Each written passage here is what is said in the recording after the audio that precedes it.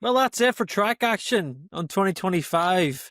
The 2026 test, whatever you want to call it, at Valencia is finished. Just one day, or more like half a day, because for the first few hours, nothing happened. There was a pretty much a storm yesterday, and yeah, the track was had so many down patches throughout the morning. It was cold.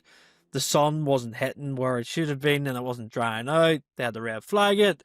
They got the leaf blowers out, the track cleaners, just to get it speeded up and get the bikes on track quicker. And yeah, a really cramped day for people to try and get used to new bikes, new Aero packages, everything really just in a rush. When you look at the sheets, is it really a surprise to see Raul Fernandez at the top, who confirmed after he didn't really have any new parts to try and was just continuing on from the weekend? Of course, he was second at the weekend, and that shows that he was in good working order, and he was fine. Marco Bezzecchi P2, Alex Marquez P3. I'll stick the rest of the results on screen if you want to see them. But yeah, a mixed bag today, really focusing on maybe three things. You had new Aero from Aprilia, which was quite eye-catching. We'll take a look at that. Yamaha V4 on track with all their riders, and of course, rookie Toprak Razgatlioglu. And then we had Diogo Moreira, the Moto2 World Champion. He came on track and made his debut for LCR Honda. Yeah, impressive. I think we'll start with the rookies. I think Moreira and Toprak, two of them this year, well, next year, it's a lot of pressure. And Toprak, of course, has had a day or two previously understanding the bike. A lot of eyes on him. Of course, he's the triple World Superbike World Champion. A lot of attention, a lot of fans. And he came in and he really impressed me. I mean, his style is really unique. Toprak's, he's quite a tall rider, but he really commands the bike. He kind of looks like he's in control all the time, which, if you get what I mean, when you see photos of him, he looks comfortable, great braking, which of course people were saying his style wouldn't translate. He looked really neat, and I think he done 53 laps today, and he was 18th. He was 1.2 seconds off the fastest time of Raul Fernandez. Interestingly, he was ahead of Alex Rins and Jack Miller. Now, I don't know what Alex Rins' lap is based on. It says lap 4 of 33 when I checked. I don't know if Rins done an initial run on the inline.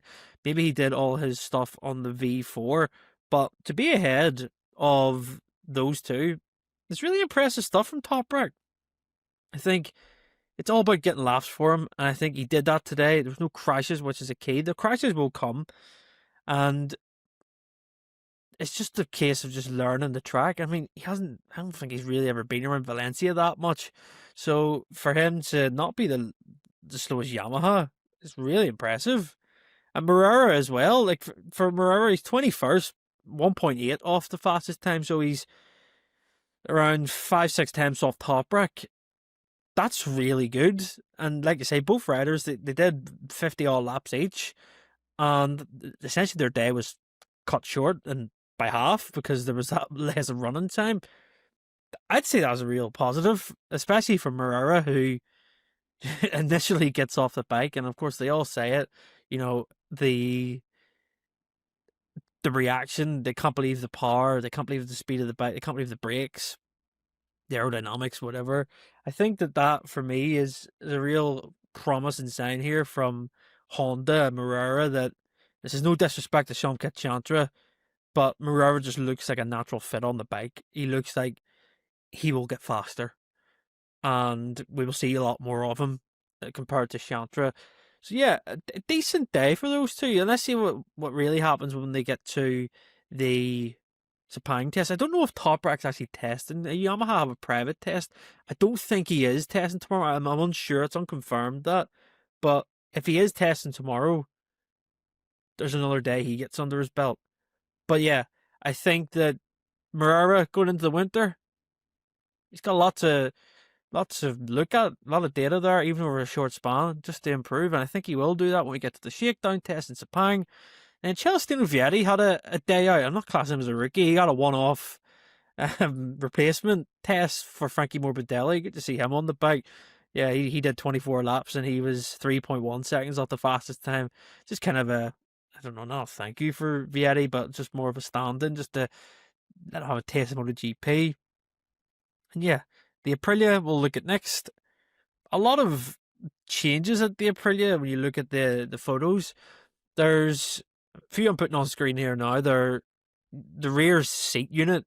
It's got a different variant of the Aero.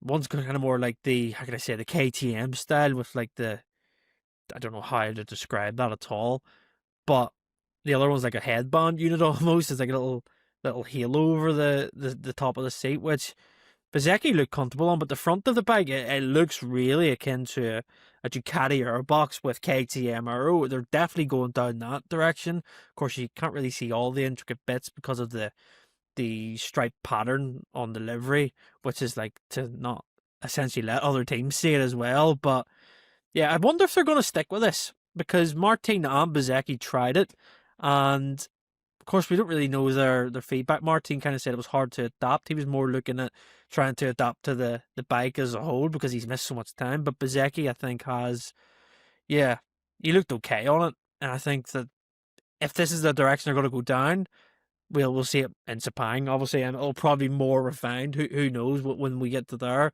for the Aprilias, but yeah, they end the test 1 and 2 with Fernandez and Bezzecchi, which I think is only a positive because they were the first two on Sunday as well. Ducati GP25, GP26, whatever you want to call it. Alex Marquez, Fermin Aldeguer, Pecco Bagnaia, Nicolo Bulliga, and Fabio Di Giannantonio all tried different bits. It's hard to read into Ducati because the bike didn't look too different, but there's certain aero changes that I noticed and we spotted.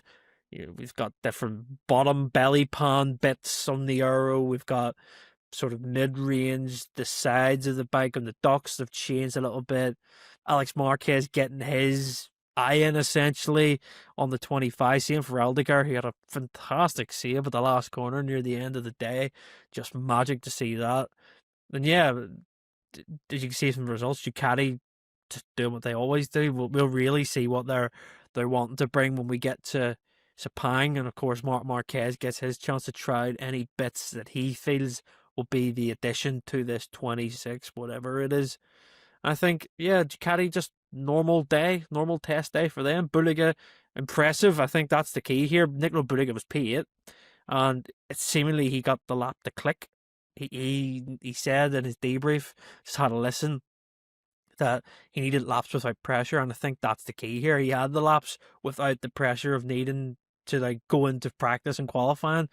And really impressive stuff. He was ahead of Pecco today, but the caveat into that, Pecco was going for his time attack and he crashed, so he never actually got to do a time attack lap. But impressive from Bulliga, two and a bit temps off the fastest time. Bagnaia was a tenth further back, so 3 temps off. So we'll see. We'll see what happens going into the winter now. A lot of reflection for Ducati and trying to keep that advantage to Aprilia, but I think they'll be okay. And then Fabio Quartararo, V4 is the topic here that many are trying to get the answer out of, and he said the same thing throughout his debriefs and when he spoke to the media. Can't give you a verdict. He can't. It's too early. He kept saying it's too early in the project, and I think that the people are going to keep asking when you make a decision, because is it going to be after Sepang test? Is it the first round? It's all about getting comfortable with this project, because he stressed that trying to get a base setting on this bike isn't going to take 2 to 10 laps. It's going to take more because it's completely brand new. They've got to look at the Aero, they've got to look at how the rear grip is, the front end grip, which they kind of struggled with recently, and the front end feeling especially. But we'll see. There's plenty of chances for Yamaha to bring upgrades to the next test. And of course, like I said, they're testing tomorrow, which is the key thing. And let's see if they can get a breakthrough tomorrow. If it's dry, yeah, that's it for 2025, 2026, start, end, whatever you want to call it, the season. There'll be a podcast about this test with Pete and Lewis next week, and we'll go into depth. Pete's actually there in Valencia, and we'll see what he's found, and we'll pick his brains on what he's seen. But that's it. Subscribe, like, comment, and we'll see you next time.